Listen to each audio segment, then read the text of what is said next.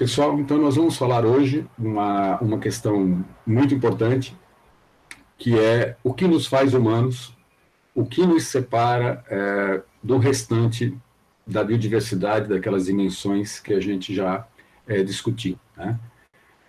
O que nos faz humanos é uma pergunta muito legal, porque a resposta dela vai nos trazer questões que vão nos caracterizar enquanto sociedade e o nosso impacto com o ambiente. Então, numa disciplina ambiente e sociedade, é muito interessante pensar, primeiro, qual é o papel de nós humanos perante o restante da biodiversidade e quais são os elementos de interação nosso com o meio físico e as outras espécies que impactam esse ambiente e, portanto, causam as modificações que a gente está vendo aí na sociedade moderna. A primeira questão que se coloca, e comparando com as outras espécies de hominídeos que a gente tem registro fossilífero, e uma delas é essa aqui, que é um Australopithecus. Essa aqui é a representação da Lucy e uma provável cria da Lucy, então filho da Lucy, que não seria, no sentido humano, Homo sapiens, do nosso gênero, né, pertencente ao nosso grupo. A Lucy seria um hominídeo, mas não seria humana como eu, né? As diferenças que levaram os pesquisadores a separar os australopithecus dos humanos são as principais características que levaram a gente ter hoje a caracterização das sociedades atuais. Então, discutir esse componente é um elemento importante, né? Os humanos atuais, obviamente, apresentam características de um primata bípede muito próximo desses ancestrais. Nós temos características que nos aproximam dos australopithecus e características que nos separam dos australopithecus.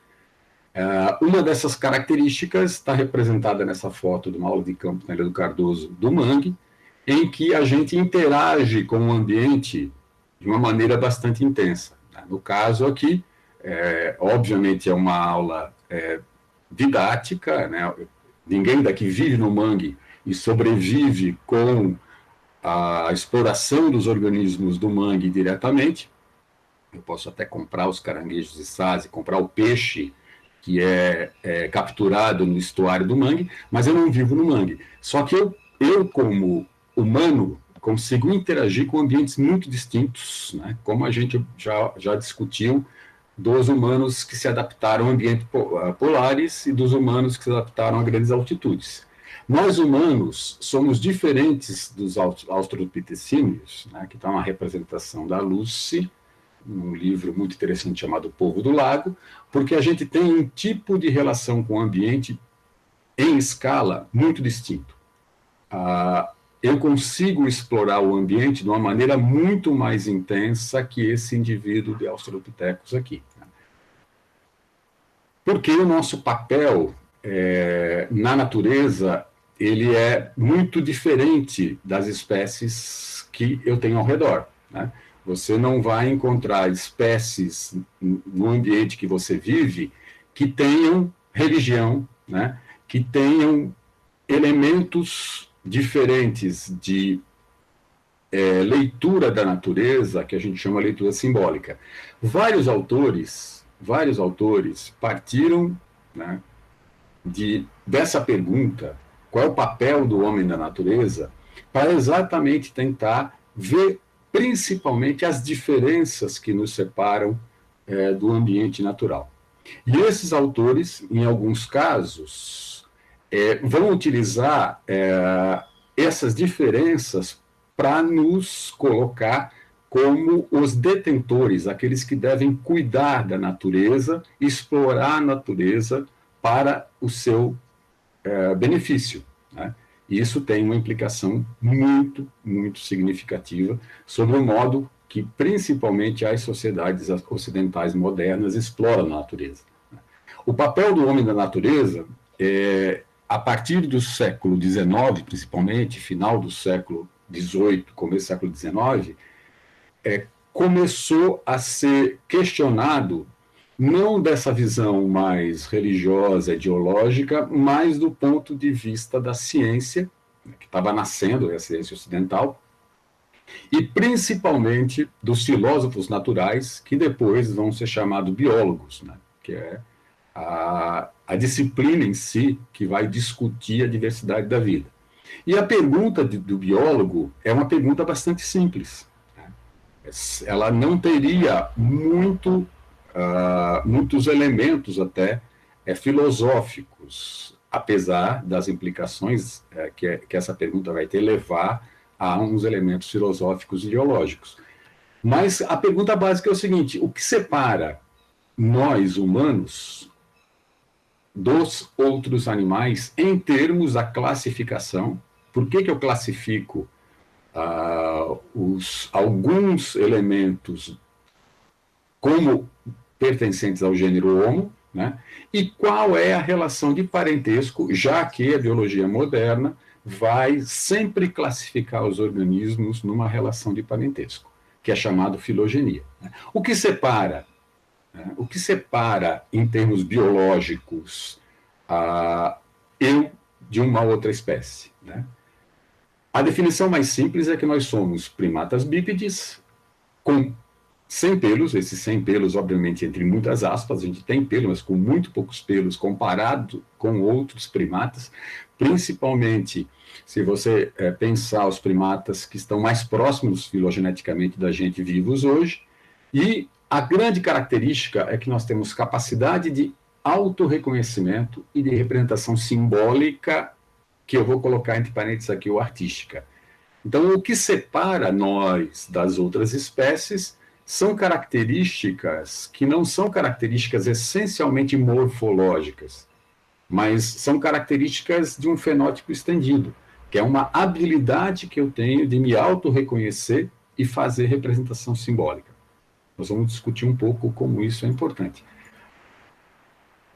Aí vem sempre uma pergunta, inclusive quando você fala o homem é um animal, algumas pessoas, principalmente os que não estão relacionados diretamente à área de biologia, às vezes se assustam, né? Mas eu não posso considerar o homem um animal, porque o animal é diferente os animais são diferentes do homem em uma escala muito grande. Então, existe uma separação gigante entre humanos e não humanos, né? A biologia mostra que as coisas não são assim, né? A biologia mostra que existem muitas semelhanças que colocam o homem, obviamente, como um primata pertencente ao reino animalia, portanto, o homem é um animal. Mas quais seriam os argumentos para dizer que eu não sou um animal, né? Ou sou muito diferente de um animal que mereceria uma outra classificação? A primeira coisa é a percepção que se tinha que a inteligência e cultura humana eram muito distintas dos outros animais, né? E a partir, principalmente, do surgimento da escrita, da história, eu vou ter a percepção que o homem tem civilização, enquanto os outros animais não têm, né?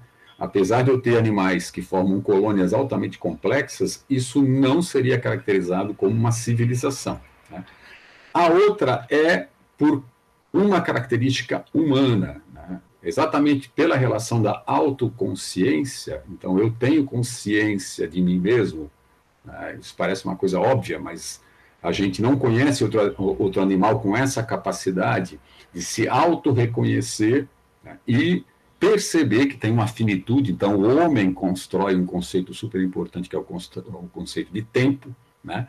Você sabe que vai morrer, portanto, tua relação com a realidade que você constrói a partir da sua consciência é muito distinta dos outros organismos, inclusive com uma ligação com algo que está superior ao ambiente físico, o metafísico ou religioso. Então, na maior parte das religiões, principalmente as monoteístas, existe a ideia que o homem está separado, né? Ele é o reflexo do Criador, Portanto, ele não pode ser confundido com os outros animais. É interessante como a gente viu muito rapidamente lá entre a cultura inuit, que vários povos, a visão é animista. Se você visitar uma tribo relativamente isolada indígena na Amazônia, ainda existem tribos relativamente isoladas, eles acreditam que eles são um contínuo com a natureza. Né? Inclusive algumas religiões orientais também. Né? Então não existe essa percepção do homem do lado e a natureza do outro. Né? Os seres são criados, os seres possuem alma, né? Tão significativa como a alma humana. Inclusive, em várias dessas percepções religiosas, você tem muitos tabus de uso de recurso, porque uma coisa pode se transformar em outra. Eu não vou abater o lobo porque ele pode ser a minha bisavó que está ali, que o espírito dela se materializou neste animal, né? Em algumas dessas religiões e crenças animistas, as plantas, as rochas, todas têm a presença do sagrado, do divino, do espírito. Em outras religiões existe essa separação. Né? E a ciência ocidental é profundamente influenciada por um tipo de visão em que o homem está separado da natureza como um ato de criação, inclusive separado. Então, eu não considero o homem um animal por conta disso. E principalmente pelo que a gente está fazendo aqui. Né? O homem teria uma linguagem tão elaborada, tão distinta de outros animais, que ele deveria ser necessariamente colocado como um elemento à parte. O que acontece é que quando eu comecei a estudar, nós vamos ver isso um pouquinho mais para frente, né? Principalmente aí vem o papel do biólogo, a anatomia e fisiologia comparada, eu comecei a observar que nós temos basicamente todos os componentes fundamentais de um animal. Né? Eu tenho a fisiologia básica de um animal, o funcionamento celular das sinapses, tudo é basicamente utiliza, né? Tudo usa o mesmo alfabeto. Então, nesse aspecto, não existe uma separação anatômica nem fisiológica dos animais, como eu já citei. Né? Além de tudo, nos últimos, principalmente 200 anos, eu passei a descobrir uma gigantesca quantidade de fósseis que contam uma história, que está registrado geologicamente na Terra, que mostra que a nossa relação com os outros organismos é uma relação de continuidade e parentesco, que é a teoria da evolução.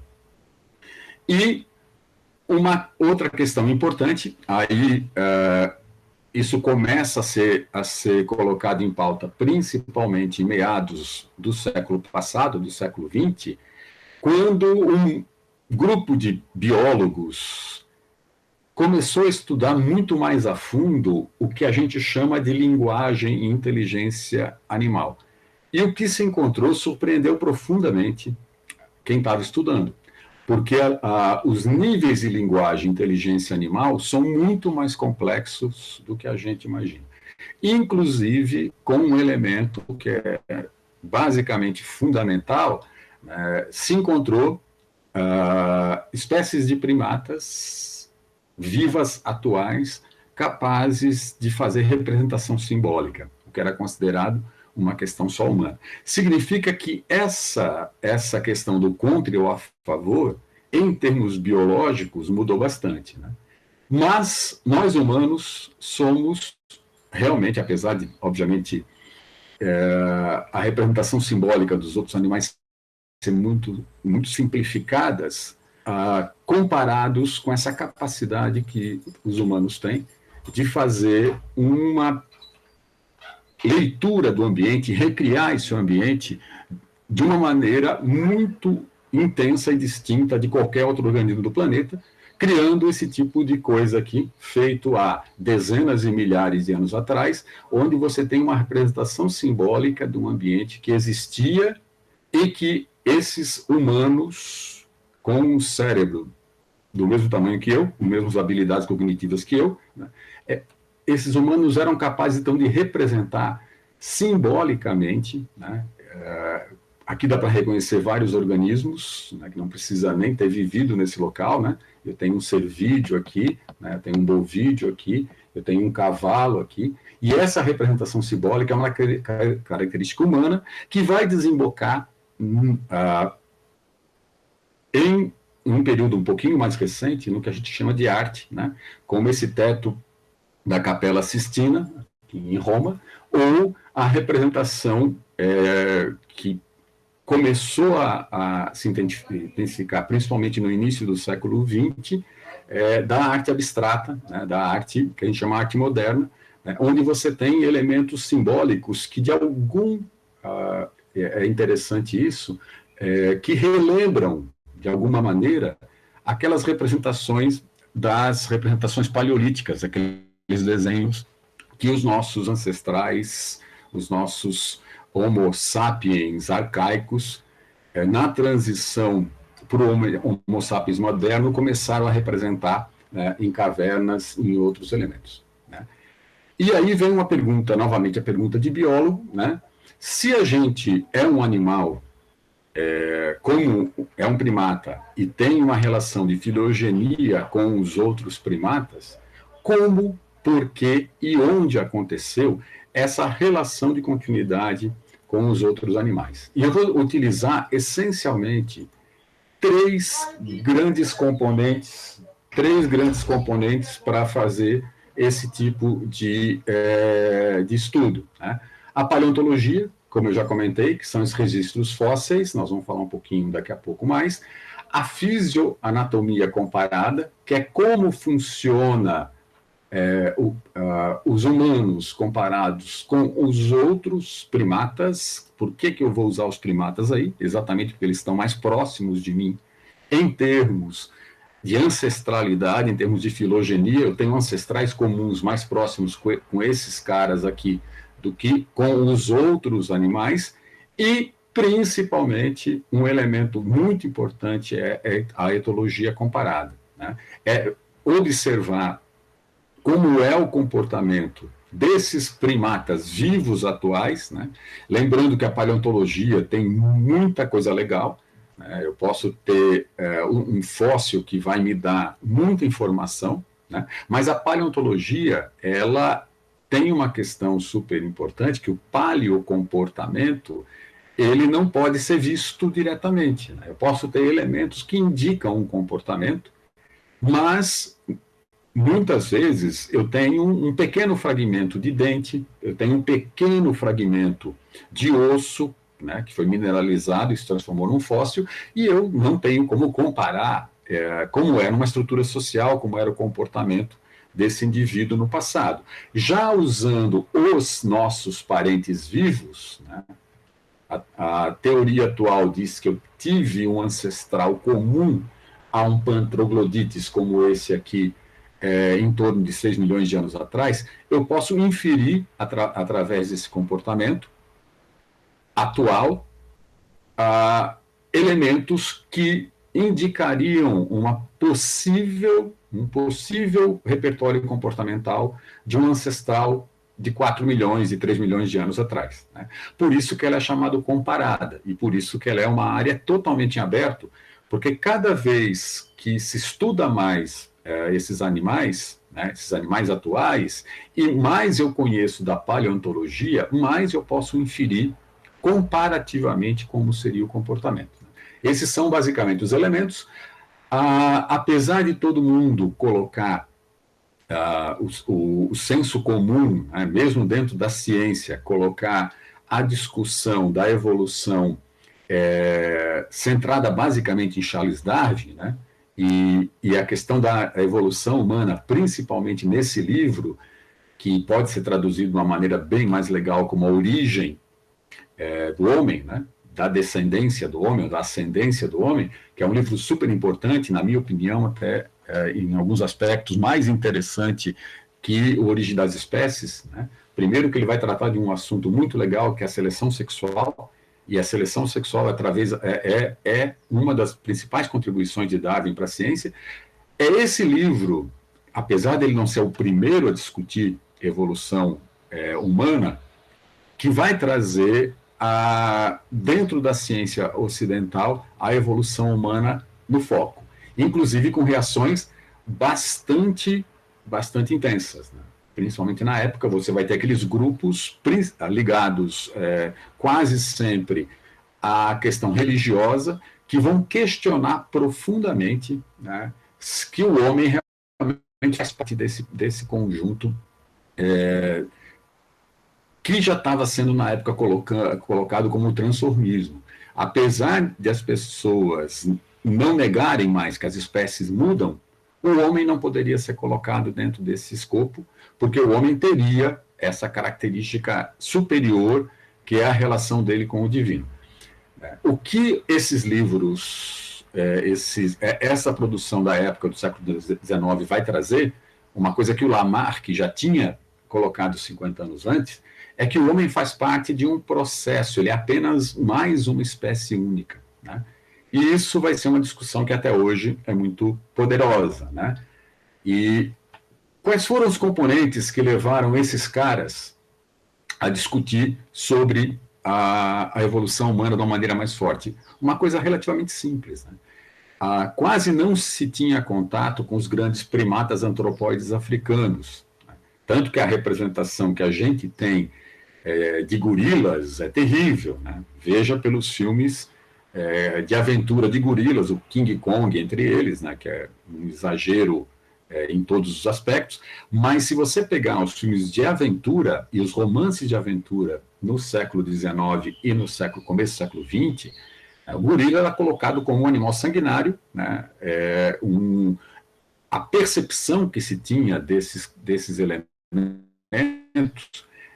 de parentesco próximo era muito distante. Quando os primeiros grandes antropóides, né, o primeiro chimpanzé, o primeiro orangotango, foi levado para os zoológicos da Europa e para os museus, se começou a perceber que a percepção que se tinha dos primatas, dos símios, dos ape, né, em inglês, você separa macacos em apes e monkey, esses apes, que eram esses grandes primatas antropóides, ficou muito claro que a anatomia, a parte óssea e a parte fisiológica do animal era muito próxima ao humano.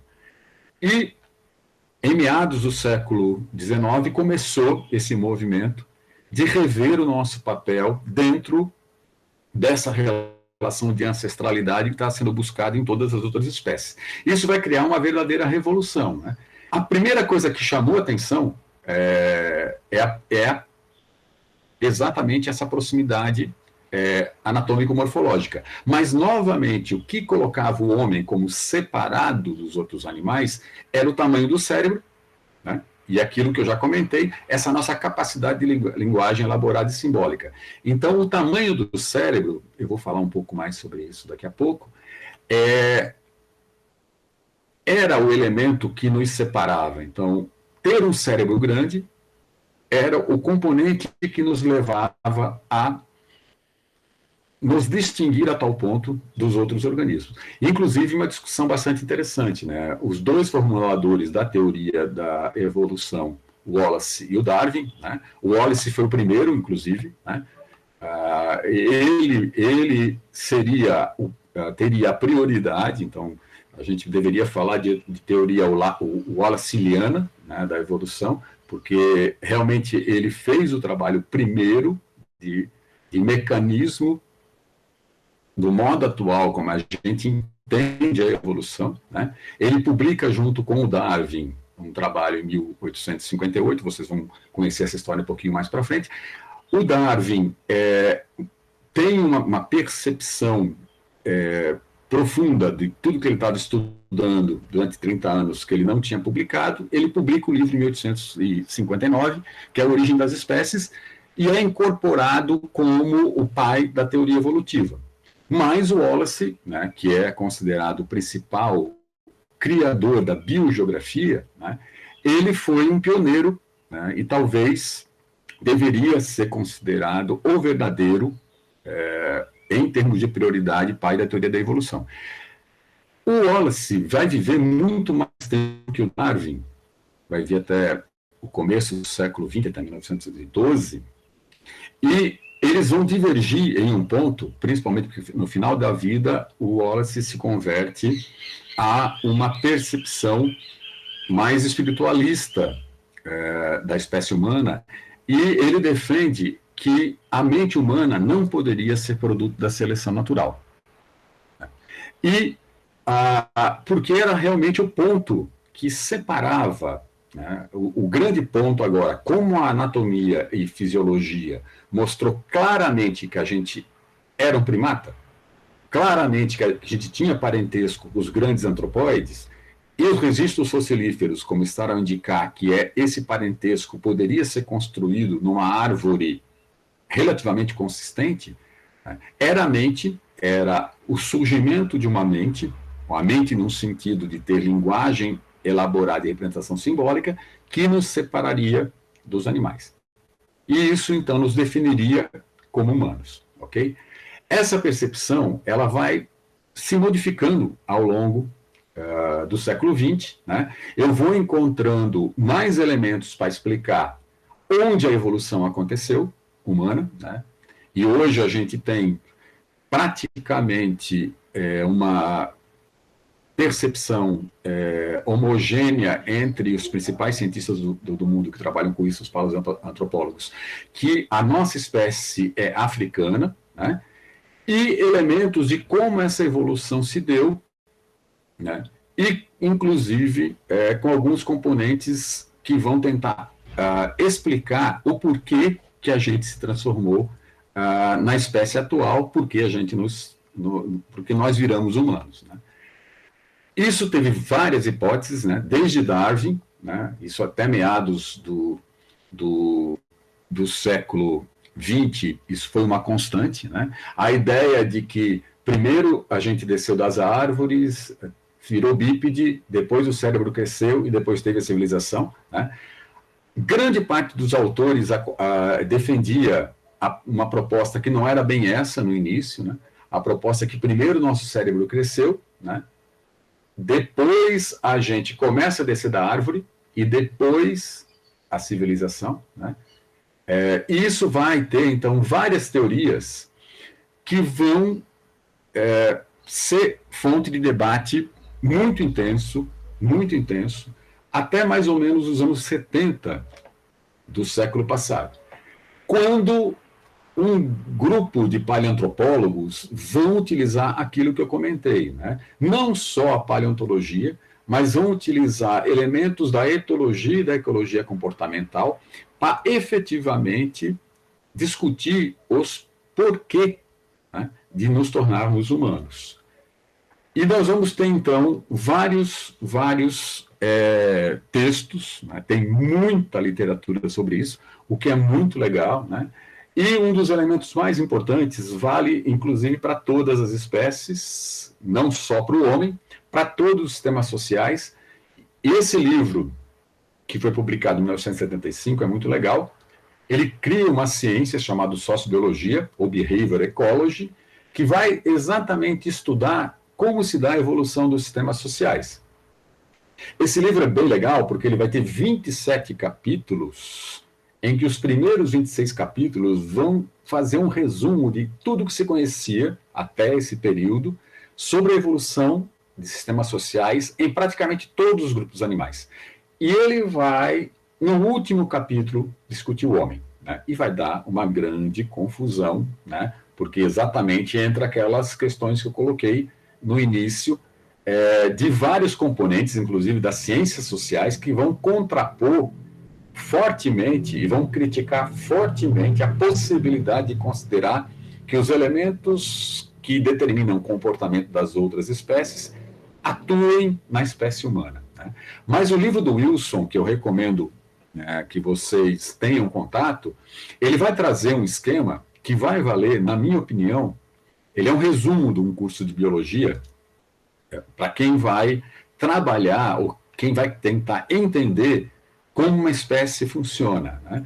O Wilson era um especialista de formigas, e ele vai estudar os sistemas sociais, principalmente relacionados a esse organismo, né, que está uma saúva, um animal maravilhosamente bonito, na minha opinião, visto nessa escala. E uma das principais perguntas de Darwin, uma pergunta de Darwin, que teve 100 anos sem conseguir resposta satisfatória, que é um elemento super importante, que é, se a teoria da evolução, segundo a seleção natural, né, que pressupõe que o indivíduo é selecionado para passar seus genes para frente, por que que um organismo, que é um dos organismos que tem maior sucesso reprodutivo e número de indivíduos na Terra, que são as formigas, por que que nesses organismos uma parte dos indivíduos simplesmente abre a mão de reproduzir e não reproduz? Por exemplo, essa é uma fêmea estéril de saúva, né? Numa colônia que pode ter até 7 milhões de indivíduos, cujo único indivíduo reprodutor é uma rainha, né, que nada mais é do que uma fábrica de colocar ovos, e todos esses elementos aqui, todas essas fêmeas são estéreis. E essa pergunta é muito interessante em termos de teoria da evolução clássica. Por que que eu deixo de reproduzir em nome da colônia? Para vocês terem uma ideia, o meu mestrado e doutorado foi com essa pergunta em mente, né? Por que existem a divisão de trabalho dentro da colônia? É fácil de entender. Cada formiga cumpre uma função conforme a idade e a sua morfologia. Mas a divisão de castas entre castas estéreis e castas férteis, ela contradiz uma das bases da seleção natural, que a gente chama de darwiniana, né? Por isso, vários estudiosos de insetos sociais passaram a usar esse modelo como modelo para entender sistemas sociais complexos, né? Inclusive, no começo do século 1910, esse autor, William Morton Wheeler, escreve um trabalho chamado The Ants, que vai fazer um verdadeiro compêndio sobre a organização social desse grupo, né? E isso vai trazer várias questões que depois vão construir a teoria sociobiológica do Wilson, né, em 1975. Então, 65 anos depois, esses elementos que são compilados pelo Wheeler e um monte de estudos que vão discutir sociabilidade não só em formigas, em cupins, em abelhas, em vespas, vão criar a base para a discussão da sociobiologia. O que o Wilson faz é expandir essa discussão para todos os outros animais. E ele vai criar um modelo para a teoria que, se vocês observarem, vai valer para todos os organismos, principalmente os animais, né? Não só animais, inclusive para plantas também, né? Que um biólogo, um ecólogo vai estudar. Então, no que se constitui a sociobiologia, né? Ela vai ter uma divisão em 3 partes, né? A questão histórica, que são as propriedades do ancestral, aquilo que eu herdei, né? Eu não sou o que eu sou, eu sou o que meus pais, avós e bisavós eram, né? Eu faço parte de uma linhagem e, portanto, eu respondo ao ambiente pelas propriedades que eu herdei, né? Esses constituintes históricos que eu, como indivíduo, tenho, vão sofrer, aí entra o que a gente chama de seleção natural, né? O efeito do ambiente que existe no momento, né? Que são os fatores ambientais, os agentes bióticos e abióticos que vão determinar se eu vou sobreviver, se eu vou reproduzir, né, naquele ambiente. E aí vamos lembrar um pouquinho dos inuites, né? Quais são as adaptações que o inuit tem para viver no ambiente polar, né?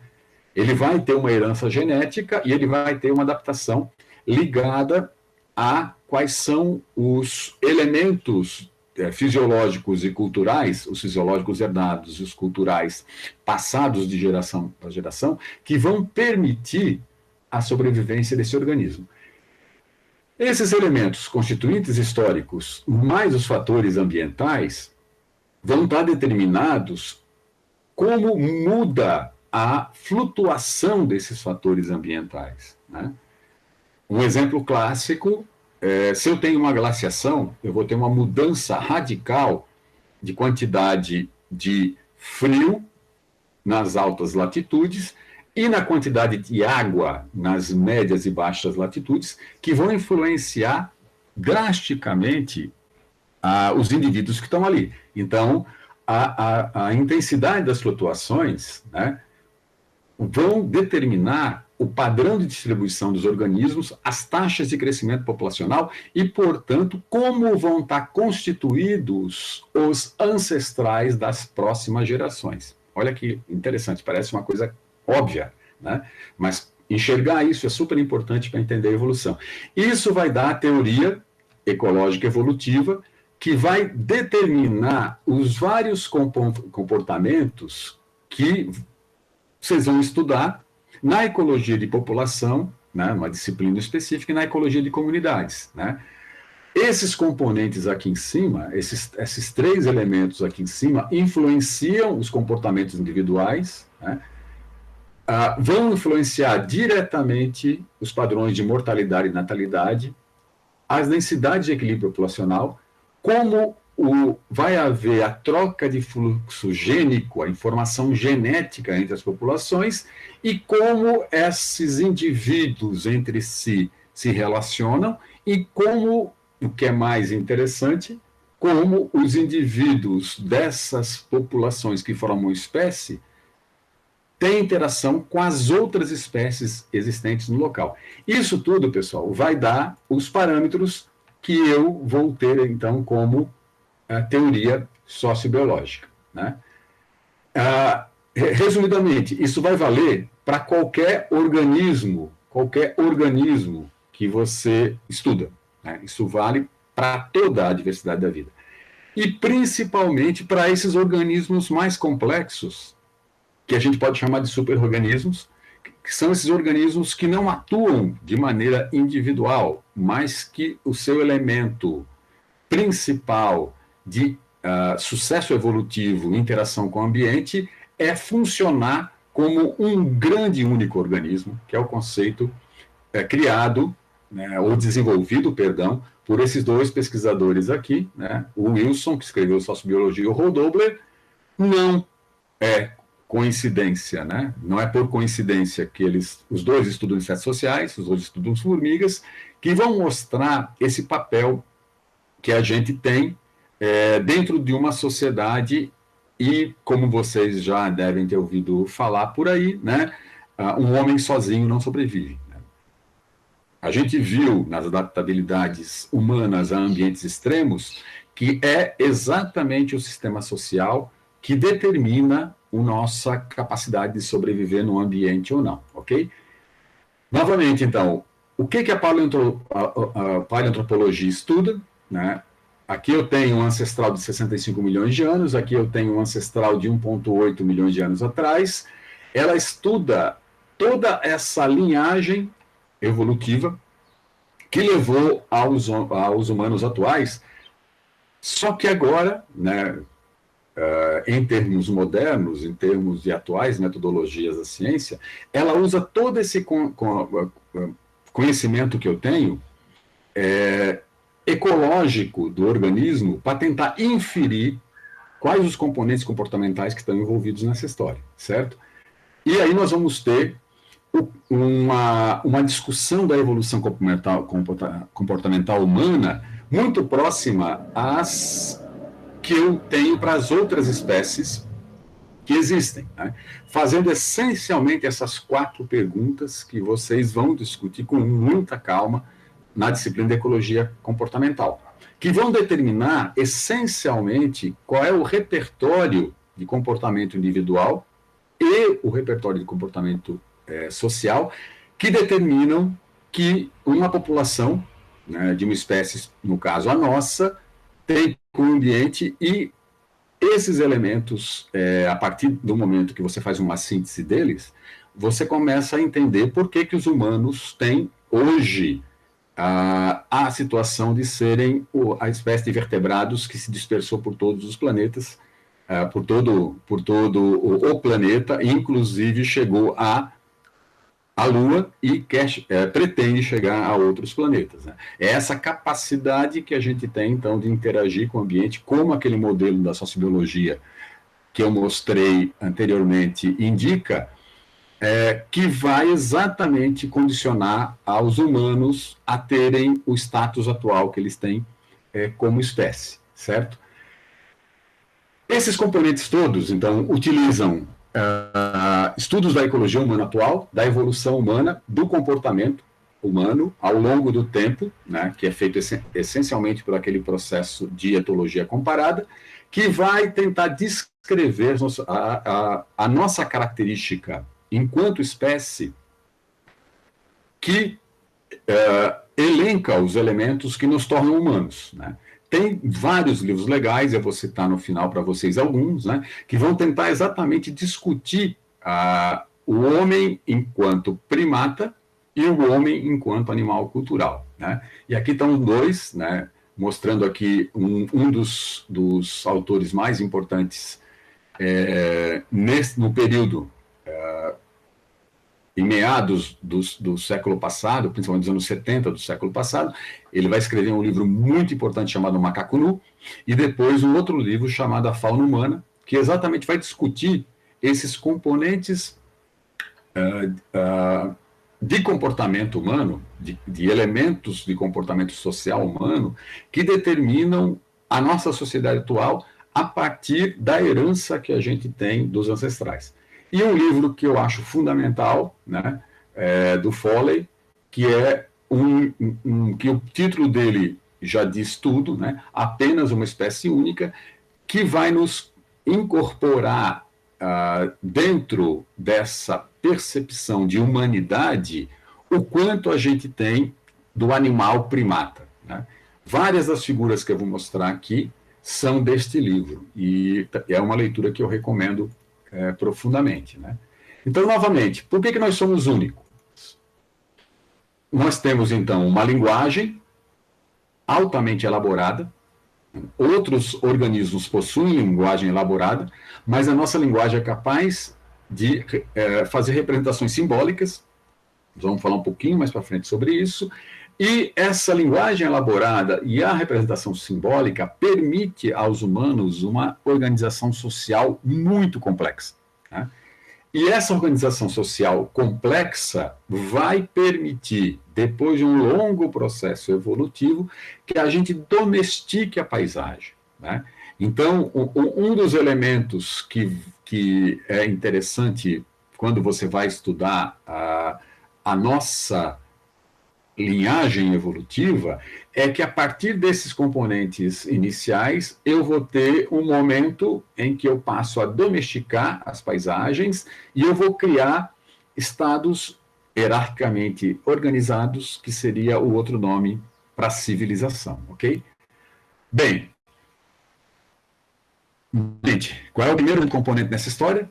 O que primeiro chamou a atenção, né, é o nosso cérebro grande. Né? O nosso cérebro grande é considerado um dos órgãos, ou melhor, ele é considerado o órgão mais complexo conhecido do universo, né? Do universo que a gente conhece enquanto humanos, né? Até onde a gente foi em termos de exploração do conhecimento.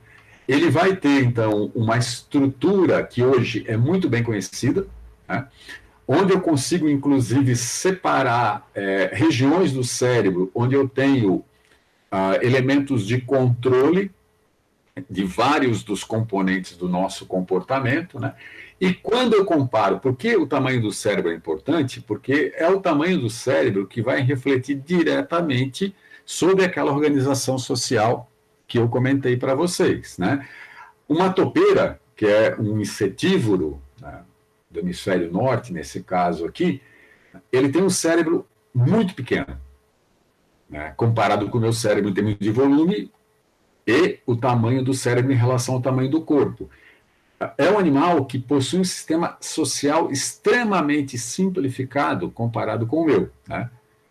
Ele tem uma taxa metabólica, é um mamífero pequeno, ele tem que comer, né, por ser um endotérmico, ele tem que comer muito recurso, né, ele passa o tempo todo comendo, praticamente, né, em termos de recurso, para manter as suas atividades, né, tem um grupo muito próximo, que são os mussaranhos, que são os outros insetívoros, né, que praticamente tem que ingerir quase o peso dele durante o dia para se manter, né?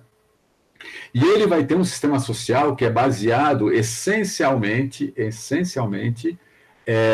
na interação, como um mamífero, entre mãe e filhotes, né? Entre um cuidado parietal relativamente simples.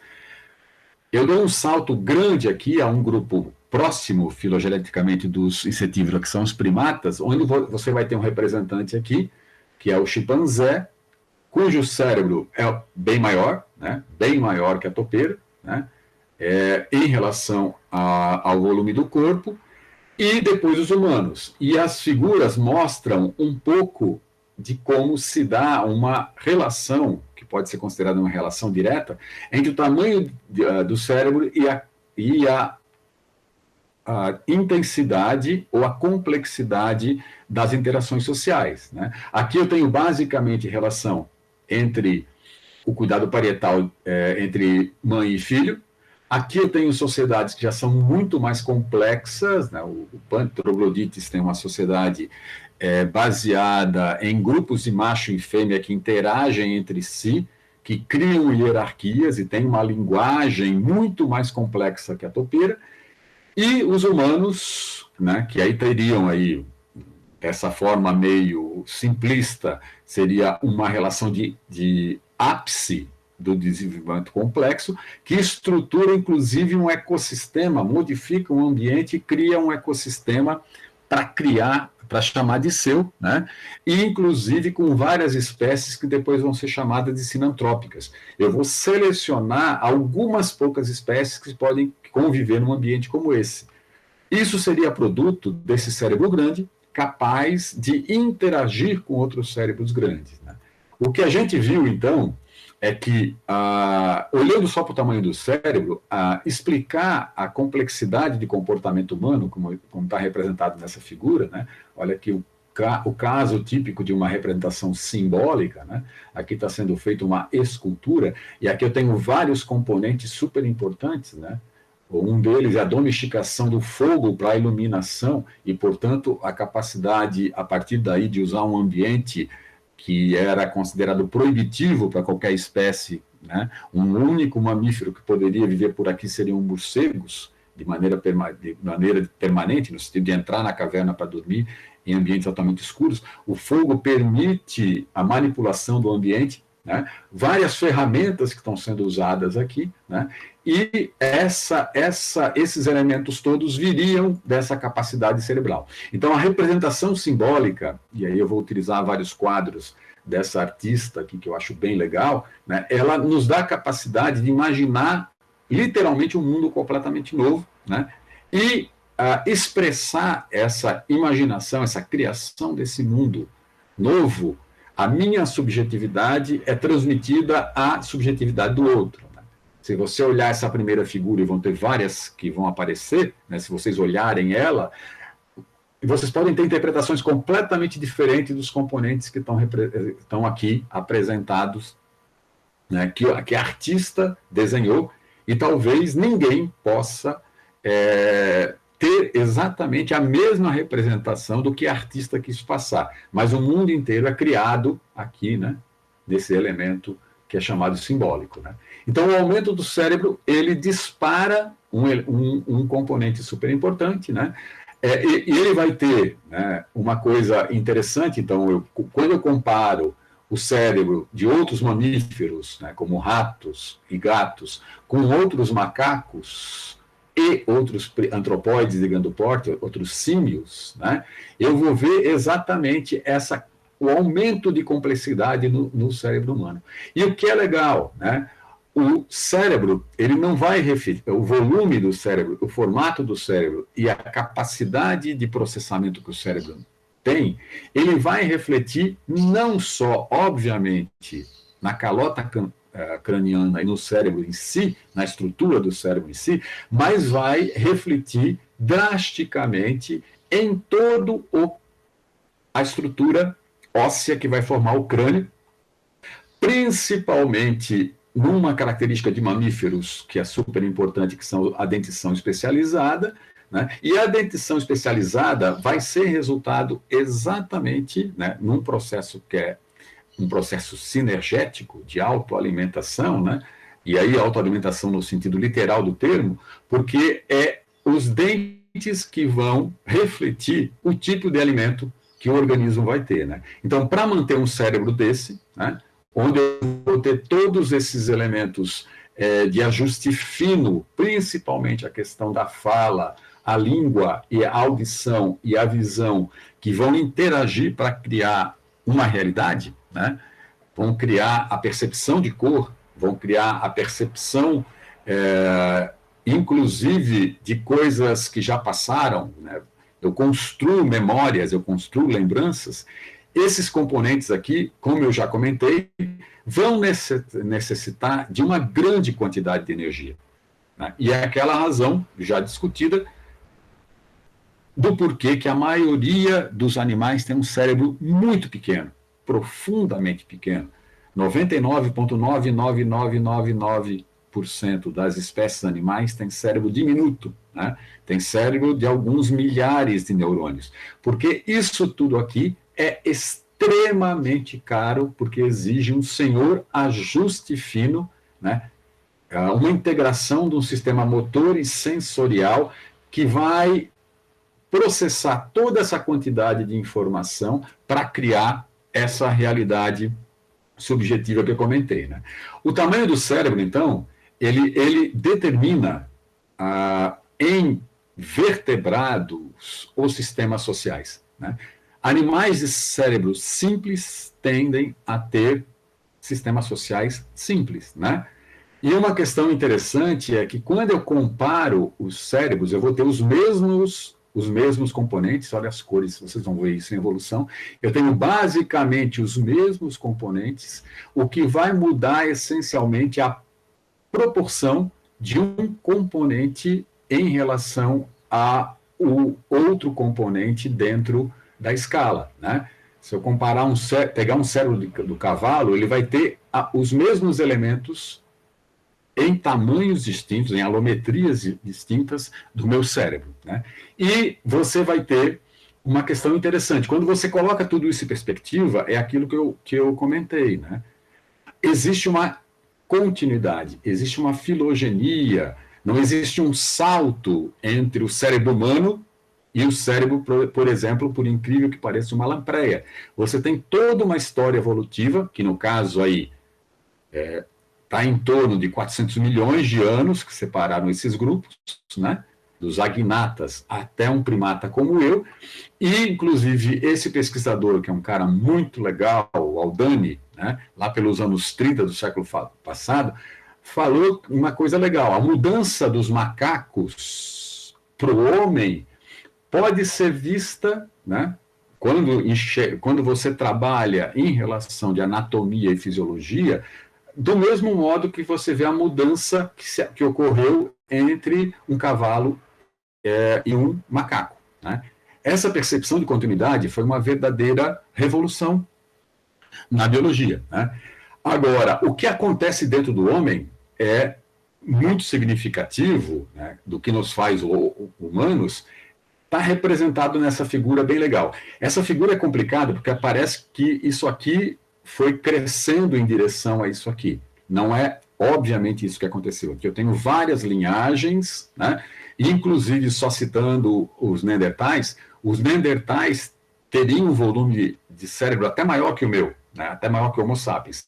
Mas o que acontece é uma questão interessante ao longo das linhagens humanas, né? Nós vamos ver daqui a pouco figurinhas de todo mundo que está presente aqui, né?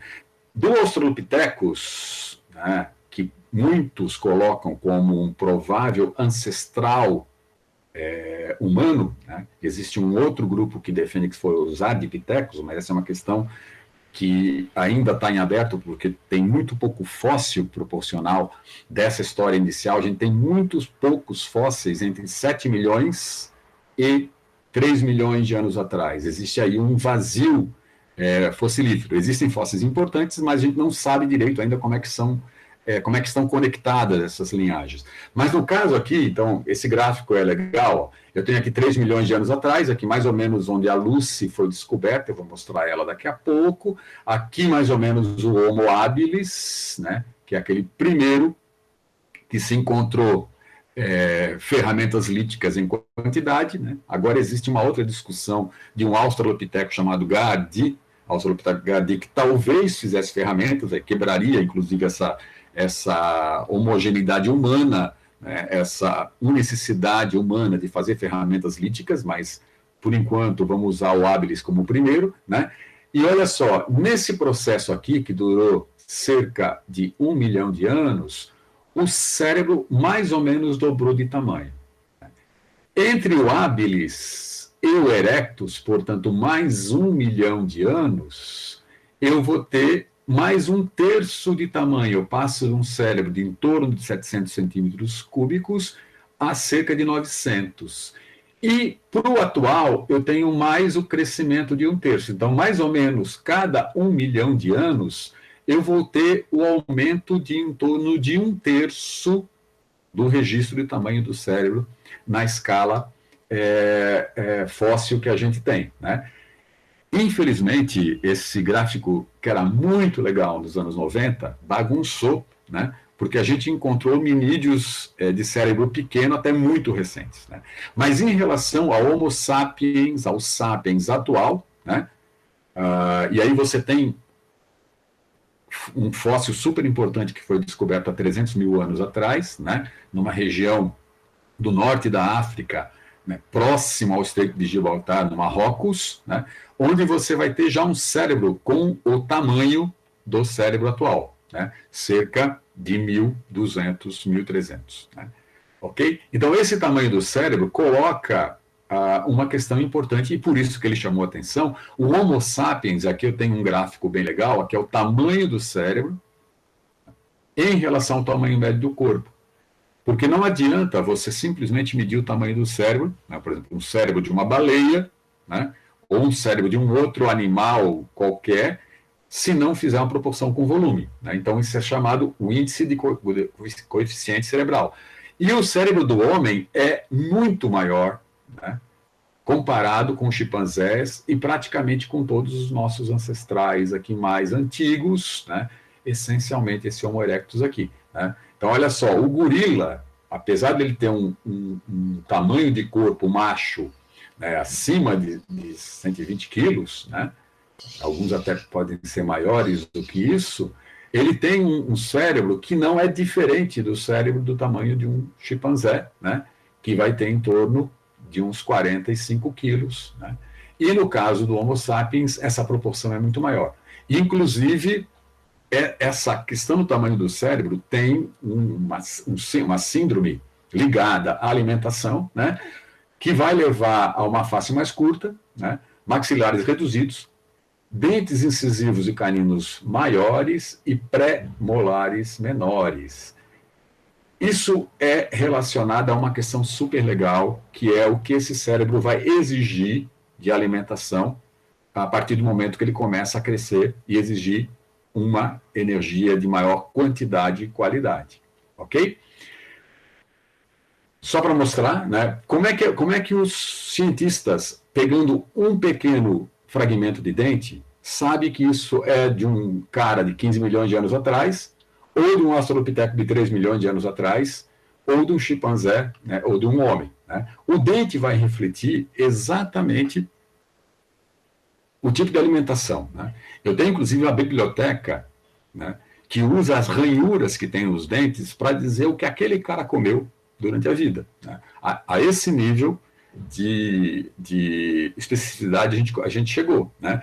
E o que a dentição humana mostra é uma rápida modificação na estrutura dentária, rápida, obviamente, em termos relativos evolutivos, que foi o resultado dos processos de tipo de alimento e a mastigação que eu tinha, né, em função exatamente de manter esse cérebro grande, né?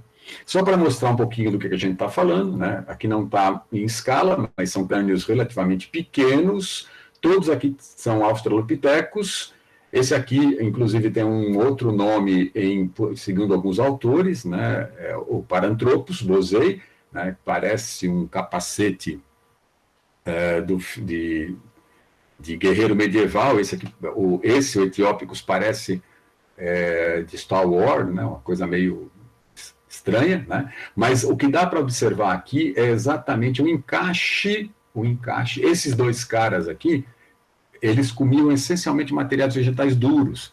Então, eles tinham que ter um grande encaixe dos feixes musculares para mastigação. Mas o que é importante, novamente, em relação ao tamanho do cérebro aqui, é que eram cérebros muito pequenos que não passavam a barreira dos 500 centímetros cúbicos, né? Já o gênero Homo, eu vou ter o Homo habilis, que alguns autores insistem em colocar como Australopithecus, né? Essa é uma discussão interessante, né? Os nomes são completamente variáveis segundo o conhecimento e os fósseis que são descobertos, mas ele já tem, o Homo habilis quebra a barreira dos 600. O Homo erectus chega perto dos 900, e o Homo sapiens e o Neandertal, que está aqui do lado, que eu já falei para vocês bastante, chega inclusive a ter o crânio maior, né? Então, o tamanho do cérebro, né, permite reconstituir, a partir de 7 milhões de anos atrás, toda uma história evolutiva, né? E, novamente, partindo daquele pressuposto que cérebros maiores implicam em maior complexidade social, né? Nós vamos ver depois alguns exemplos disso, né? Só para falar muito rapidamente, esses nomes aí são fósseis que foram descobertos, né? E, infelizmente, a maioria dos fósseis não tem a parte craniana, não dá para estimar, como esses representados aqui. Em torno de 7,4 milhões de anos, eu tenho relativamente poucos fósseis. O que eu consigo saber desses caras aqui é que eles eram bípedes, porque, felizmente, alguns ossos indicavam um padrão de bipedia, né? E eu vou ter, né, a partir de 2 milhões, 3 milhões de anos para cá, né, um relativo aumento até chegar no Homo habilis, como eu comentei, né, que rompeu a barreira de 600, né, 600 centímetros cúbicos. O que é interessante aqui, novamente, o nome já diz tudo, porque esse habilis vem dessa capacidade de fazer ferramentas, né, e chegando o Homo, os nossos ancestrais que saíram da África primeiro, né, o Egarther e o Erectus, aí tem uma discussão gigante aqui de nomes, mas que possuem uma capacidade craniana que vai chegar próximo ou romper mesmo esses 900 centímetros cúbicos de volume, né? E, finalmente, os mais modernos, né? Os Neandertais, e aqui nós, os Sapiens, e novamente aqui mostrando que os Neandertais, inclusive, teriam uma capacidade craniana até maior, né? Um volume craniano maior, né, do que os Sapiens atuais. E é desse modo, pessoal, que se reconstituído, essas filogenias. Esses fósseis, eles vão, então, indicar onde eles são descobertos o tempo. Aqui eu tenho 1 milhão de anos atrás, aqui eu tenho o presente até agora só nós, né, vivos. Neandertais e esses grupos aqui estavam vivos até provavelmente em torno de 60, 50 mil anos atrás, os Neandertais talvez até 30 mil anos atrás, né? E inclusive uma outra espécie, que é o Floridiensis, que alguns autores falam, que existiria essa espécie em essa região específica do mundo, né? No sudoeste asiático, apenas 20 mil anos atrás, né? Essa reconstrução toda é feita por esses componentes fossilíferos, né? E, inclusive, hoje, que é uma coisa bem legal, é a grande revolução da evolução humana, você pode retirar material genético desses fósseis e identificar, como já foi identificado, troca de material genético, né? Troca de material genético, hibridização entre várias espécies de hominídeos.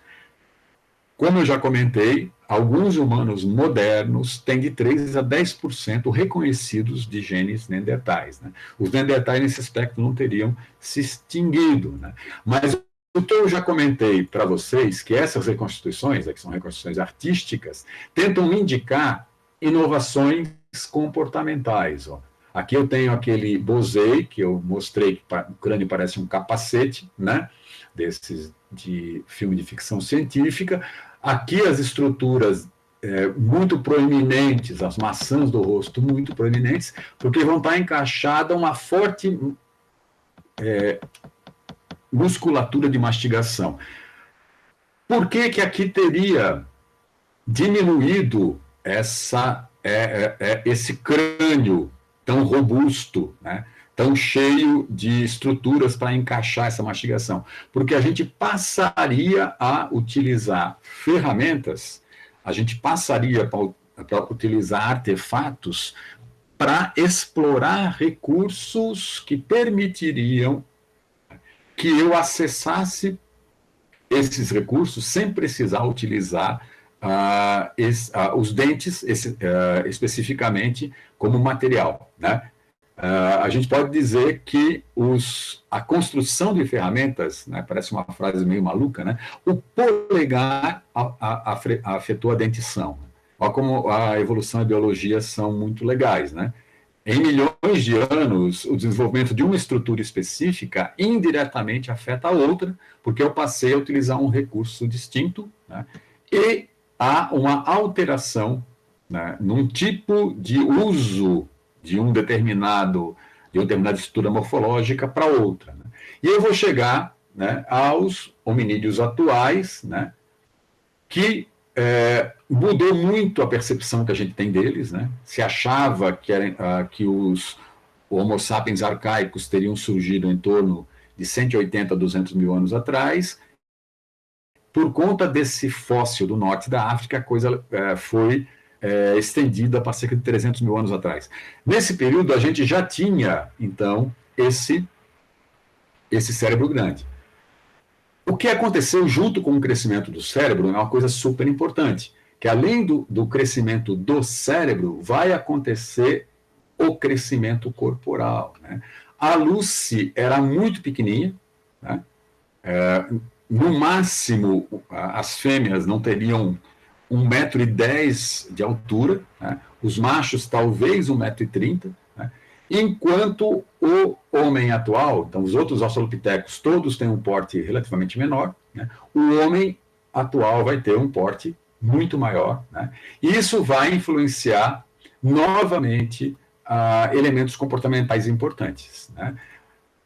Uma das relações mais importantes, eu já comentei, é que um cérebro grande demanda uma grande quantidade de energia. Né?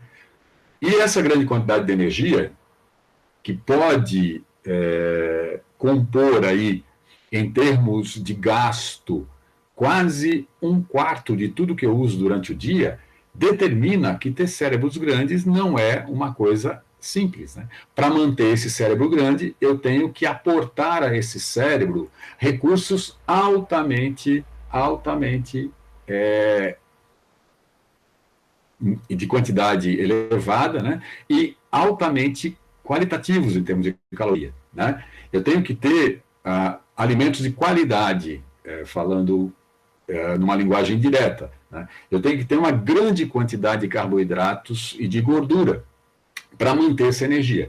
E essa figura aqui dessa artista também mostra exatamente isso. Né? O nosso cérebro, ele é um elemento muito determinante da nossa sobrevivência, não só porque ele permite que eu faça escolhas, né, que eu interaja com o ambiente de maneira mais complexa, mas ele tem esse lado que eu posso chamar de altamente negativo e impactante, que é, para mantê-lo, eu tenho que explorar o ambiente de uma maneira profundamente eficiente e aportar para esse cérebro uma grande quantidade de energia. Tanto que, proporcionalmente, aí está um desenho em escala, o nosso cérebro é 3 vezes maior em relação à proporção, né? Então, essa é uma figura que representa exatamente isso, né? E eu vou ter, inclusive, uma coisa que eu já comentei, que é a questão de alometria, né? Por esse cérebro ser muito grande e nós sermos bípedes, a gente tem que nascer de uma maneira em que nem a própria calota, né, o que forma o nosso crânio, não está fundida, né? A gente nasce altamente prematuro e passa por um processo, né, que a gente chama um processo de aprendizado e cuidado parental muito longo, de altíssima dependência aos nossos pais. E isso é um dos componentes principais para explicar a complexidade social humana. Diferente daquele mussaranho daquela topeira, em que os filhotes já nascem praticamente prontos, e a partir do momento que eles atingem um certo tamanho, a mãe simplesmente abandona os filhotes e cada um está por si, né? O homem, nós humanos, temos que passar um longo período de dependência extrema da do sistema social que a gente está inserido, do bando, né? E principalmente a relação muito forte com a mãe, né? Isso vai criar, né, em relação a esse elemento desse cérebro grande, toda uma relação diferente, né, em termos de construção social. Olha só, tudo que eu falei agora misturou aqueles 3 componentes que a gente... Eu usei elementos da paleontologia, eu usei elementos da fisioanatomia comparada, né? Eu usei elementos do comportamento dos primatas atuais para inferir uma caracterização humana, né, que nos conecta e nos separa dos outros primatas. Novamente, eu vou citar relativamente rápido a questão da bipedia, né? A bipedia ela é anterior ao crescimento do cérebro. A bipedia cria um elemento bem distinto, anatômico-fisiológico, que vai impactar de maneira radical várias das habilidades comportamentais humanas, né?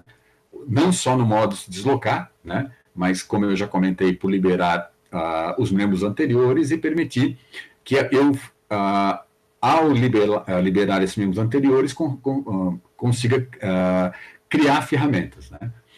Eu já mostrei essa figura, né? Aqui eu tenho um chimpanzé, né? Aqui eu tenho um humano, né? E essa bipedia vai ter um disparador, né? Como eu já comentei, né? Aqui eu tenho a Lucy, só para a gente ver com um pouquinho mais de calma esse fóssil que é super importante, né? Porque ele deu aos estudiosos a ideia, esses ossinhos aqui, ó, fossilizados, são fundamentais na Lucy, porque se encontrou a calota craniana no mesmo fóssil onde eu tinha o côndilo occipital do fêmur. Portanto, eu tinha um animal de cérebro bem pequeno que já era bípede, né? E ele se transforma num elo de ligação, no período, porque ele foi descoberto principalmente, entre os primatas antropóides. Aqui eu tenho um simango, para vocês verem uma questão super importante da evolução, né, que é exatamente os órgãos homólogos, né?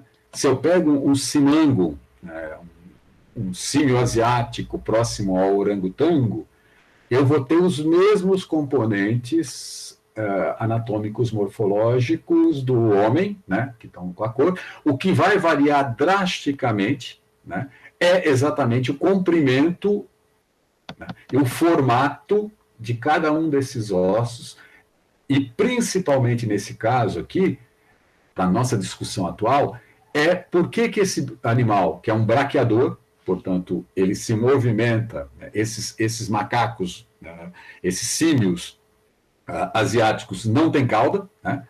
Eles são do mesmo grupo nosso, dos platirrinos, né? desse grupo de primatas que vai dar origem aos macacos africanos atuais e os macacos asiáticos, e essa estrutura permite que ele praticamente, quem já viu esse animal num zoológico, é impressionante a capacidade que ele tem de saltar, ele vira completamente ele muda completamente a trajetória usando esse braqueador, e todos esses componentes aqui vão permitir um deslocamento eficientíssimo nesse tipo de deslocamento nas árvores. No caso humano, nós, segundo a teoria, evoluímos também a partir do grupo arborícola, mas a nossa estrutura bípede alterou drasticamente, né? Primeiro, a proporção do tamanho e do comprimento de braços e pernas, e essa fuga das árvores para um ambiente mais terrestre teve um efeito drástico, né, no desenvolvimento do nosso cérebro, né? Do crânio. Então, a bipedia é o fator disparador inicial do processo, né?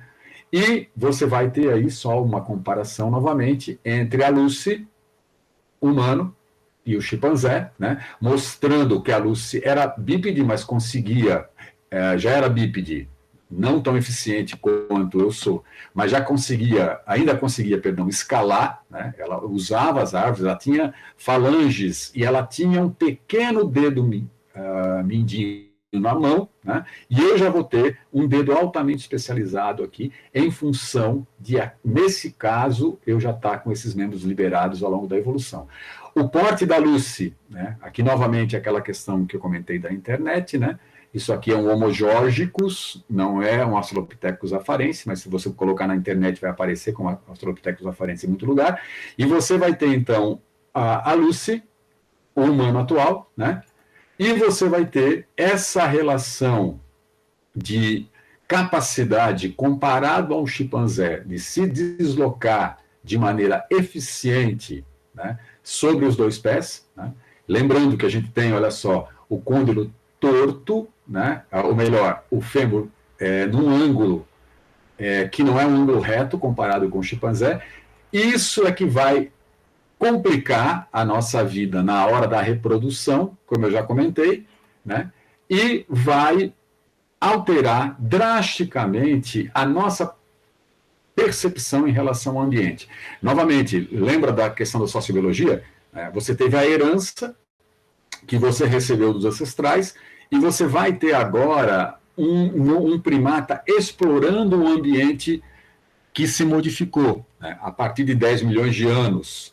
A floresta que existia na África equatorial foi modificada em uma área mais aberta, em uma área em que você tem mosaicos florestais e savanas, e essa adaptação durante esse processo aqui, né, que aqui no caso demorou milhões de anos, permitiu que eu explorasse melhor, né, esse ambiente, né? E ao ter essa relação de uso terrestre da bipedia, né, eu vou especializar os meus pés e as minhas mãos para esse tipo de deslocamento, e a minha mão vai principalmente, ao ficar livre, ser capaz de fazer uma coisa bem legal, que é fabricar ferramentas, né?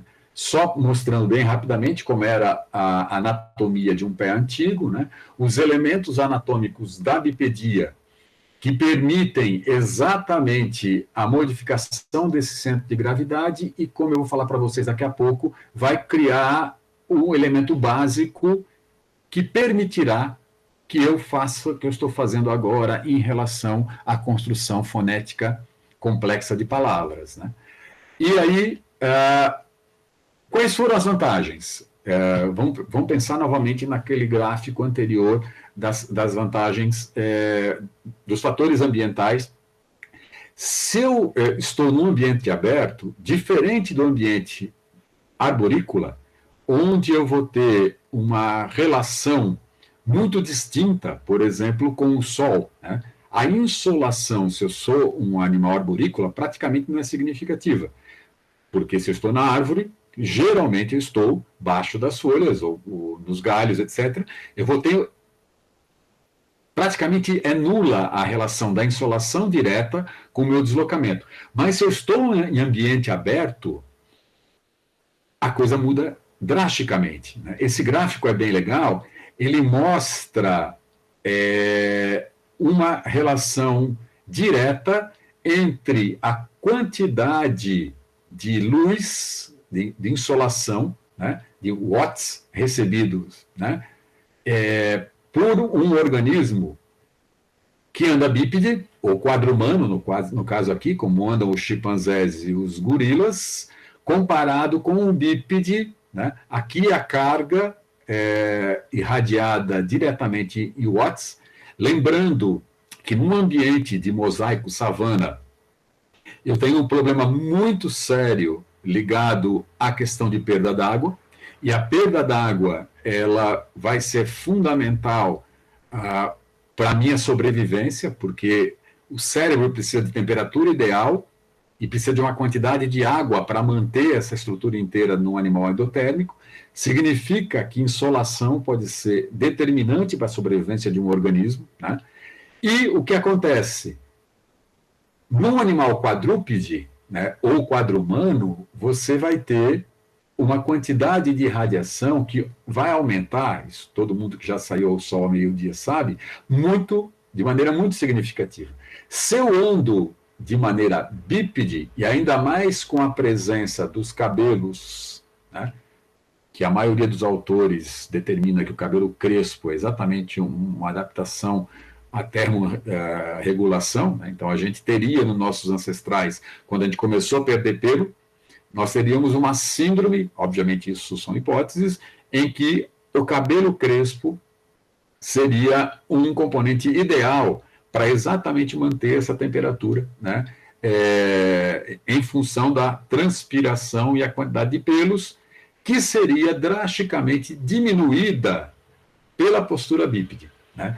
Então, só a questão bípede, além da questão do deslocamento em si, né, da vantagem que poderia ter o deslocamento em si, que nós vamos ver daqui a pouco, ela vai absorver menos de 60% do calor do meio-dia do que se eu tivesse numa postura quadrúpede. Mas o que é mais legal é que ao longo da evolução, isso não ocorreu de uma hora para outra, obviamente, né? Isso ocorreu em torno de 2,5, 3 milhões de anos, o deslocamento bípede se transformou em uma coisa altamente eficiente. Lembrando, quando a gente desce da árvore, né, quando a gente faz esse processo, né, de virar um animal efetivamente terrestre, contrapondo com o animal arborícola, nós temos uma questão muito complicada de recurso, porque o nosso cérebro cresceu e eu preciso de muito carboidrato e muita proteína num ambiente savânico de mosaico de floresta, onde esses recursos eram altamente dispersos. Eu tinha que andar muito, né?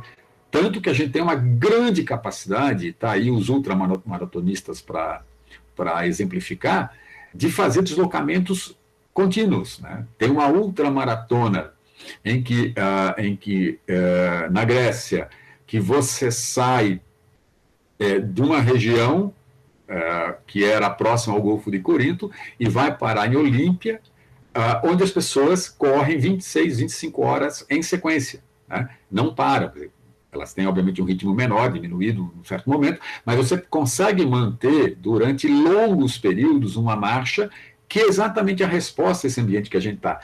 Tanto que a gente é muito mais eficiente, aqui essa curva é bem legal, a fisiologia animal comparada é uma das áreas que eu acho mais interessantes da evolução, vocês vão ter uma disciplina sobre isso, que é muito legal.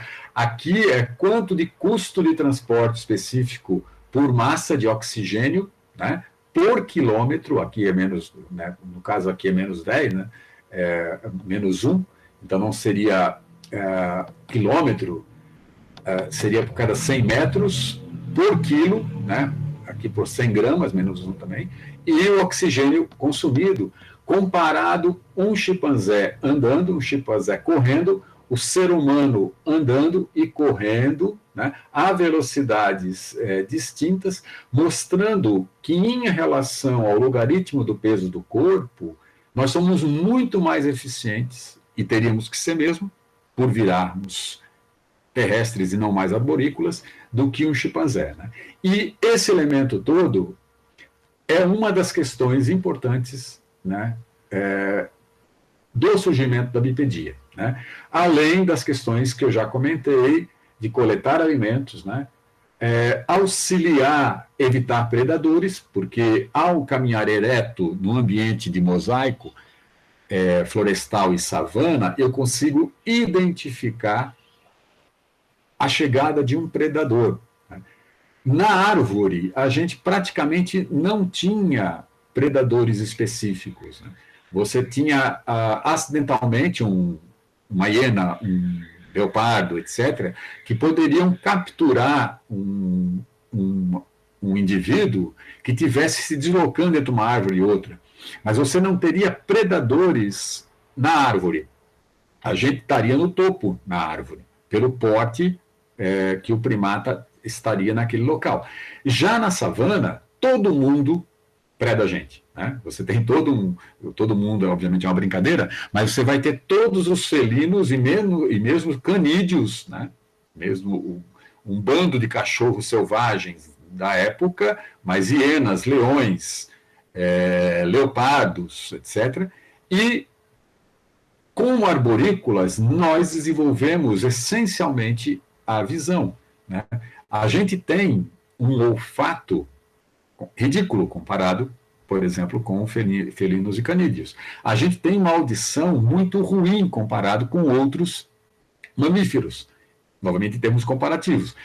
Então, o nosso órgão de identificar predadores era essencialmente visual. Né? E ficar bípede, e é muito interessante, né? Os primatas, os outros primatas, quando estão no solo, como chimpanzés e gorilas, ficam momentaneamente na postura bípede exatamente para identificar perigos, né? E mostrar, inclusive, avisar, né, que aquele grupo pode ser perigoso. Né? Então, esse componente aqui é muito importante, né, o de evitar predadores. Né? E a locomoção energética vai permitir, então, uma adaptação relativamente boa ao mosaico savana florestal. Né? Não tão boa assim, porque os dados mostram que a gente quase foi extinto um monte de vezes. E um monte de linhagem hominídea, como o registro fóssil indica para a gente, também foi extinto. Né? A gente literalmente estava ocupando um espaço novo ao sair do ambiente arborícola e entrar no ambiente da savana. Né? O aumento do corpo, como eu comentei, vai ter talvez o efeito indireto mais importante no nosso sistema social. Né? Lembrando que esse aumento do corpo é seguido, aí sim, por um aumento do tamanho do cérebro, do volume do cérebro. O aumento do corpo vai levar a um aumento do período de crescimento. Né? Isso é uma regra para todos os mamíferos. Quanto maior o aumento do corpo e o aumento do período de crescimento, maior a longevidade, portanto, mais tempo eu fico. Se eu fico mais tempo vivo, né, o indivíduo mais tempo fica vivo, né, você vai ter uma oportunidade para conviver com outros indivíduos. Né? Como o nosso cérebro é um cérebro grande, você tem uma grande proporcional capacidade de aprendizado. E você vai, ao interagir por mais tempo com os indivíduos, criar elementos distintos de evolução social complexa. Né? Você vai ter identidades dentro do grupo, né? Exatamente por essa passagem do tempo, que é chamado polietismo, né? De jovem, juvenil, adulto, né? E velho, né? E senil. Né? E esse período vai ser seguido, toda essa questão de interação tem um componente super importante, que é aquilo que eu comentei. Como a bipedia restringiu, né, o nascimento, e o cérebro agora nasce profundamente não pronto, né? Você vai ter que ter um longo aprendizado, você vai ter que ter a construção de imagens. A primeira fala pode ocorrer, no caso da construção de imagens, meses, a fala anos, caminhar ano ou até anos, né? Depois do nascimento, você tem essa grande dependência infantil, juvenil pronunciada. Essa aqui, por incrível que pareça, é hoje a mais defendida mais defendida hipótese de como evoluiu a inteligência humana. As várias inteligências humanas, que nós vamos falar um pouquinho mais para frente, teria evoluído exatamente desse processo de interação ligado a essa dependência do cuidado parietal, né? De cuidado principalmente às mães, né? E as avós. Tem uma história muito interessante que grande parte da evolução humana está determinado por uma questão de nós, humanos, primatas, temos um processo muito maluco que é a menopausa, né? As fêmeas param de reproduzir relativamente cedo e essa menopausa seria exatamente para você cuidar, cuidar, a partir do momento que você tem muita experiência, já teve vários partos e o cuidado parietal de vários filhos no caso aí, né? As avós seriam fundamentais para a sobrevivência e o treinamento, né, esse aumento da oportunidade. Esse modelo, pessoal, né, leva aos impactos que determinam a nossa sociedade, como a gente conhece como hoje, a nossa organização social como a gente conhece como hoje. Olha só, ao mesmo tempo, quando aumenta o período de crescimento, né, o período de gestação é mais prolongado, ocorre um intervalo maior entre os nascimentos, né, eu vou ter um rendimento reprodutivo altamente reduzido. Por exemplo, se acredita que demoraria 5 anos para criar um filhote humano, até o momento que você poderia ter, para um caçador-coletor nômade, o segundo filhote. Isso, novamente, impacta nessa dependência infantil e juvenil pronunciada, que levaria a esse cuidado paterno, né, uma maior relação de parentesco. Isso explicaria como um animal como a gente é monogâmico, né, a relação de indivíduos passa a uma relação de parentesco, né, que vai influenciar a essa organização complexa. Moçada, parece uma figura simples, mas é uma figura bem interessante se você coloca 4 milhões de anos aí, né, e tenta ver, a partir agora, daqueles poucos fósseis, né, olha só, pelo tamanho do cérebro, eu posso pressupor alguns desses componentes aqui, e nós vamos discutir muito rapidamente isso daqui a pouco. Essa figura é bem legal, né, e é uma das hipóteses mais hoje defendidas sobre a evolução do sistema complexo social humano, né, inclusive com uma defesa muito forte de que a linguagem seria feminina, né? A evolução da linguagem complexa humana teria evoluído a partir da comunicação entre mãe e filho, né? Isso é bem legal. E aí você vai ter, basicamente, né, a evolução desses hominídeos basais de pequeno porte, que eram essencialmente vegetarianos, né, que um grupo vai dar origem àquele Australopithecus robusto e o Bosei, né, que vai dar origem a esses depois do aumento do corpo, né, a um organismo capaz de explorar de maneira mais eficiente, né, primeiro vegetais de baixa qualidade, né, e isso é um problema que para um cérebro custoso não funcionaria. Nós fomos para outro caminho, né? O nosso aumento do corpo, com o cérebro grande, levou que a gente tivesse que explorar outro tipo de recurso, né? E aí vem uma teoria muito forte, que vem desde os anos 90, que a gente torna-se humano a partir do momento que a gente tornou carnívoro, né? Naquele momento, a carne teria sido fundamental para exatamente manter esse aumento do corpo e o proporcional aumento do cérebro, né? E esse processo, com a modificação dos dentes, teria levado a essa estrutura social diferenciada que eu mostrei na figura anterior, né? Ok? E você teria, então, para um lado dos vegetarianos, para o lado de quem não come carne e que não virou bípede.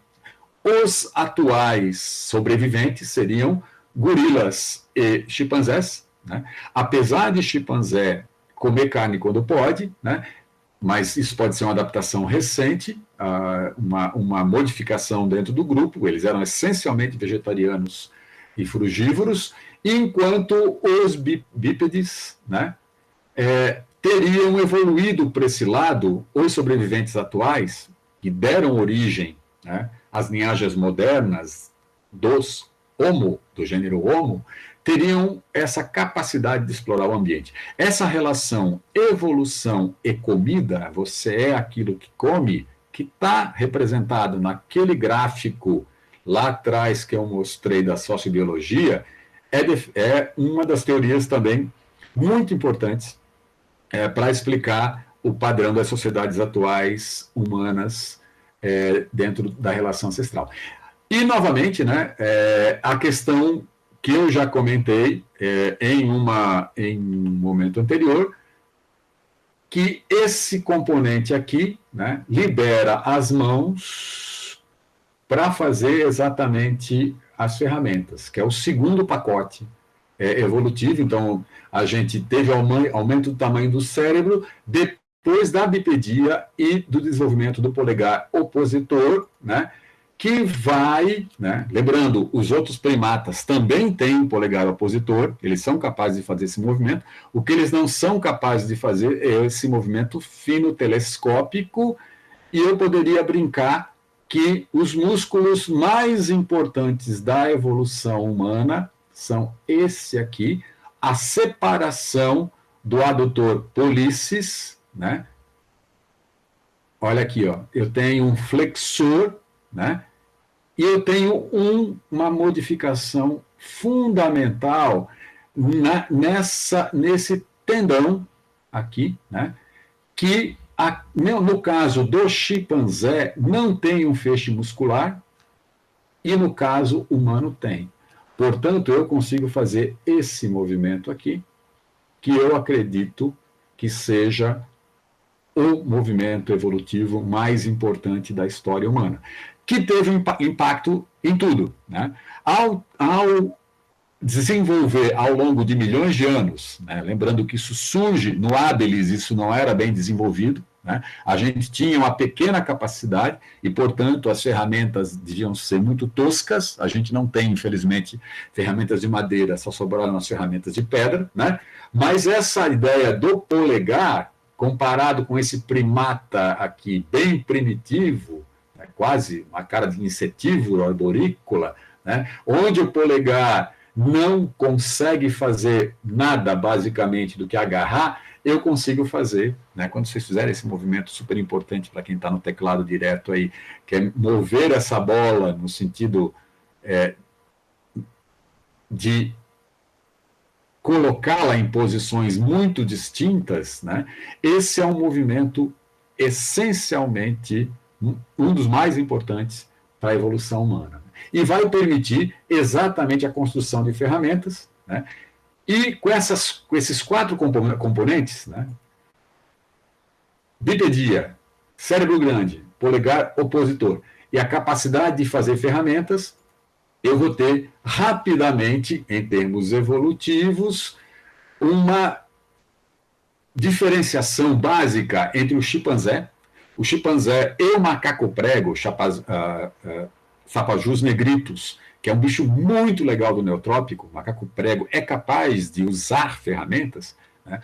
O chimpanzé usa ferramentas de maneira... Alguns grupos aprendem a utilizar varetas para capturar hastes de gramíneas, para capturar cupins, né?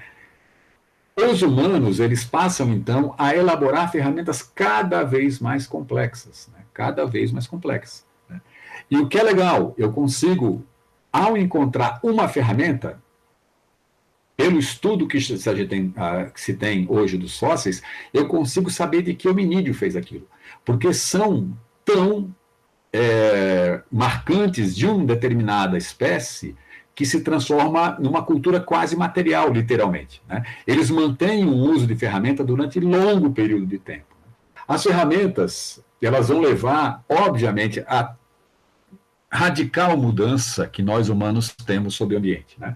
E vai ser tão radical que vai alterar, literalmente, né, essas primeiras ferramentas de pedra, né, que vão ter, são ferramentas relativamente simples. E quando você vai no museu, e é verdade mesmo, né? Na maioria dos casos, essas mais antigas, chamada Olduvasienses, né? Porque foram descobertas numa garganta de Olduvai, lá na África, para variar, né? Elas vão ser tão próximas a pedras comuns, a rochas comuns, que só um especialista muitas vezes consegue identificar como sendo ferramentas que serviam para um monte de coisa. Hoje eu tenho uma biblioteca completa, lítica, onde você consegue reproduzir, inclusive, tem oficinas isso, que é uma oficina bem legal, você aprende a fazer ferramentas como esses caras faziam. Todo esse processo aqui, então, né, a bipedia, o polegar opositor, o aumento do cérebro, a construção de ferramentas, a linguagem, né, elaborada, que vai se desenvolvendo ao longo do tempo, principalmente por conta do cuidado parietal, vão levar aos elementos agora que vão nos separar de todos os outros animais, né? Nenhum outro animal domesticou o fogo, nenhum outro animal tem cultura autoconsciente e nenhum outro animal domesticou plantas e animais, né? Chegar então a um componente super importante que a gente vai comentar bem rapidamente, que é a linguagem.